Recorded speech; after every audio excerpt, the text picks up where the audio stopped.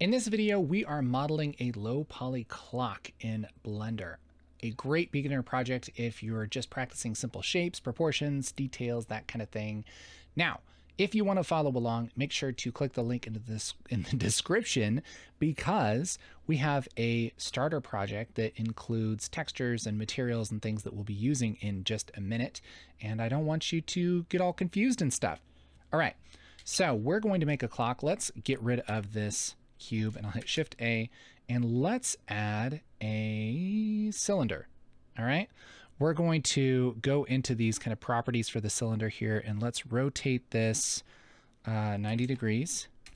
There we go. And let's make the depth like 0.5. Sure. Okay, cool. Vertices 32. Sure. Let's do that. Okay, so here's kind of the face of the clock. Let's hit Tab to go into edit mode. And let's hit 3 on the keyboard and let's just bring this back even more. GZ. And let's make the edges of this clock a little bit fancier. Let's hit I to inset this and then E to extrude, S to scale. There we go. I to inset, E to extrude, and kind of bring that in like that. So there's kind of the edges of the clock. Very good. Right click, shade auto smooth. Now we have a nice looking kind of face for our clock here. Let's do one thing. Let's actually grab this face here and let's inset that. And I'm just going to inset it a couple times. I, like that. All right. And then let's kind of do something like that. Yeah, that looks good. Now let's take this face right here and I'm going to bring this out so that it's kind of a bubble. It's sort of bubbling out. And to do that, I'm going to go up here to this little button right here and click on that. And that's going to bring up our proportional editing. What that'll let us do is if I hit G, I can bring this and it can kind of warp this all together like this. If I don't have this on, then it just kind of moves this by itself, right? So if I hit O, that's going to turn on proportional editing. And so I'm going to hit G and then X. And I can roll with my scroll wheel to kind of decide how much of this I want to play with here. And I'm just going to include this face and I'm not going to bring it out that much, just a little bit, just so we have a little bit of this kind of roundness there. Yes, that looks like a legit clock. Cool. Now let's make the hands for the clock. Shift A, mesh, and let's make a cube. Tab, scale it down, way down like that. And let's look at this on X.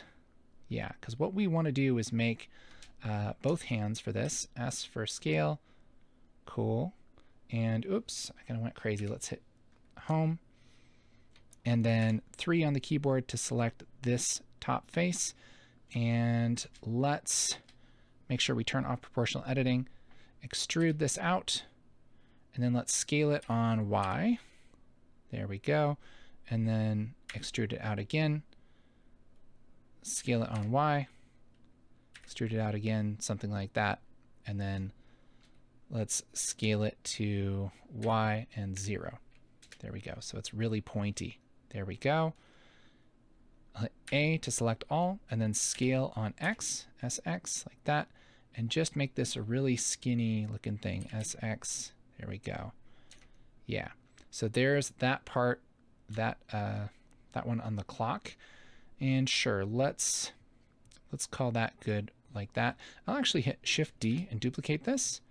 And then I'm just going to hit Tab and then A to select all and then S to scale it down a little bit. And then G, Z to bring this down. And we want these both to kind of be centered on that little middle.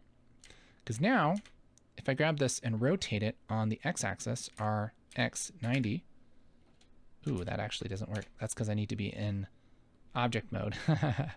Either of these, if I say RX90, that's going to rotate that around that center point there. Okay, that's cool. So let's do this. Clock manufacturers, did you know this, always put the sides of the clock kind of like this because it looks like it's smiling. So let's do that too. Let's rotate this on X to be something like this. Rotate this on X to be something like this. There we go. Cool. All right. Now we want some markings on this clock, and there's a lot of ways to do that. Boy, I'll tell you what. One thing that we could do would be to have this split into 24 sections, which I think we left this at 32, which is kind of annoying, but that's okay. What we can do, let's do something crazy here. Shift A, and I'm going to make, let's just make another cube. Let's go crazy. S for scale. Scale this way, way, way, way down, like that. And we're going to make some dots here. So I'll hit G, Z, and bring this up like this. There we go. And I'm going to make a dot like that. And then let's just bring that back to where it kind of goes into the clock. So GX to bring that back like this. Cool. And let's grab this edge here, and then GX, and bring that back to where it's just kind of barely sticking out of the clock. GX, something like that. All right. So now we have that little kind of tick mark in the clock. That looks cool. That looks cool. We could even go in here and delete this other face if we want to. We could go into X-ray mode, tab, hit this face right here, X, and just delete that face so that we don't have extra geometry. It's probably not that big a deal, but you know, it's something you could do. Let's get out of X-ray mode. There we go. And so this is a little kind of mark. Now, what we're going to do is we're going to rotate this mark around. This is something that's sort of new in Blender 5, is that you can rotate things around in a array. All right. So let's take this. Remember, our center point is right here still because we've been in edit mode when we move these all around. If it's not, then you'd have to right click and set origin to 3D cursor. Okay. But the origin is right here. So if I rotate this, just like the hands of the clock, this is going to work just fine. So we're going to go to our modifiers here, add modifier, and we're going to search for array. And for shape, we're going to say circle. And the circle axis, the central axis, is going to be the x-axis. And let's make sure this is working here. Let's see, do we need a different axis? Is that what's going on? X, I think that's going to work just fine. Line rotation, let's not align rotation.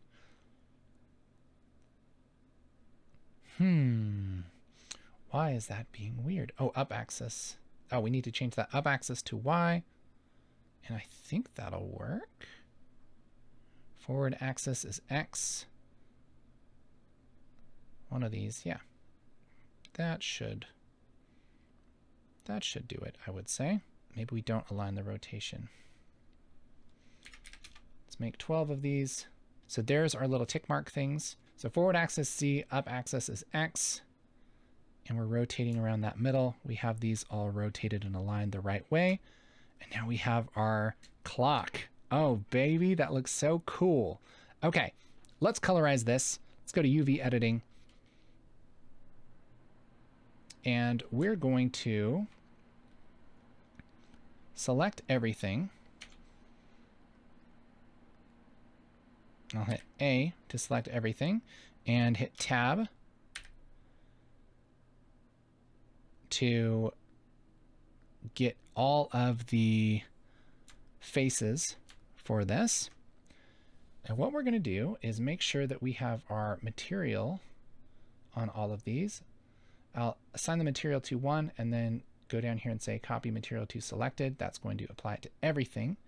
And then I'm going to look at this on the x-axis like this, and then go to UV, and we're going to say project from view like this. And there's our clock. I'm going to scale this down. Let's make this, I'm just going to kind of move this around and make this like light yellow. For some reason, I always think the faces of clocks are light yellow. Actually, let's start with kind of a brown. Let's start with a brown for the edges, okay? Then we want to make sure that we don't have our sticky selection enabled right here. So up here where it says sticky selection mode, click it to disabled. So then we can select separate faces. So I'm going to select here, Control plus on the keyboard, Control plus on the numpad of the keyboard. And now I can grab this and just drag this to a different location like this. And I can recolor this. Isn't that cool? Let's make these cubes a different color. And we'll make those kind of a dark gray. Same thing for these here. Dark gray. There we go. There's our clock. Ooh, that's a great looking clock. I love that. And yeah, that looks pretty good. Looks pretty good, I'd say. The one thing we might want to do is add a little circle here thing in the middle. So let's just Shift A. Let's do a cylinder. Let's go into these options here and rotate this on Y 90 degrees. And let's make the vertices smaller, the radius a lot smaller, depth a lot smaller. Okay, and then we'll just scale this down a lot. There we go. Great. We'll again make sure we're using the same material here, and we'll scale these way, way, way, way down. Make them dark black. There we go. Shade auto smooth. Oh, baby.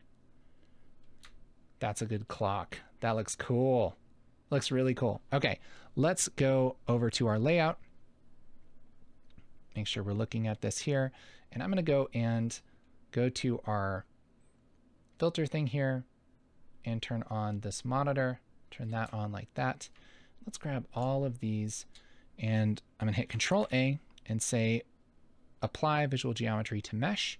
That's going to take care of our modifiers and stuff. And then I'll hit Control J to join those together. So now we have one clock all together.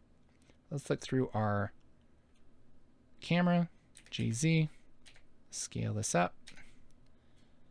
Yeah, rotate this on Z. Cool. There's our clock, baby. That looks pretty great. That looks pretty great. Let's do this. G, Shift Z and bring this a little bit closer. And we'll make a nice little render for this thing. Okay? Let's make sure we're on our cycles render. Yep, let's render this. It's going to be fun. Yeah, so look at that awesome clock. We made that. Isn't that cool?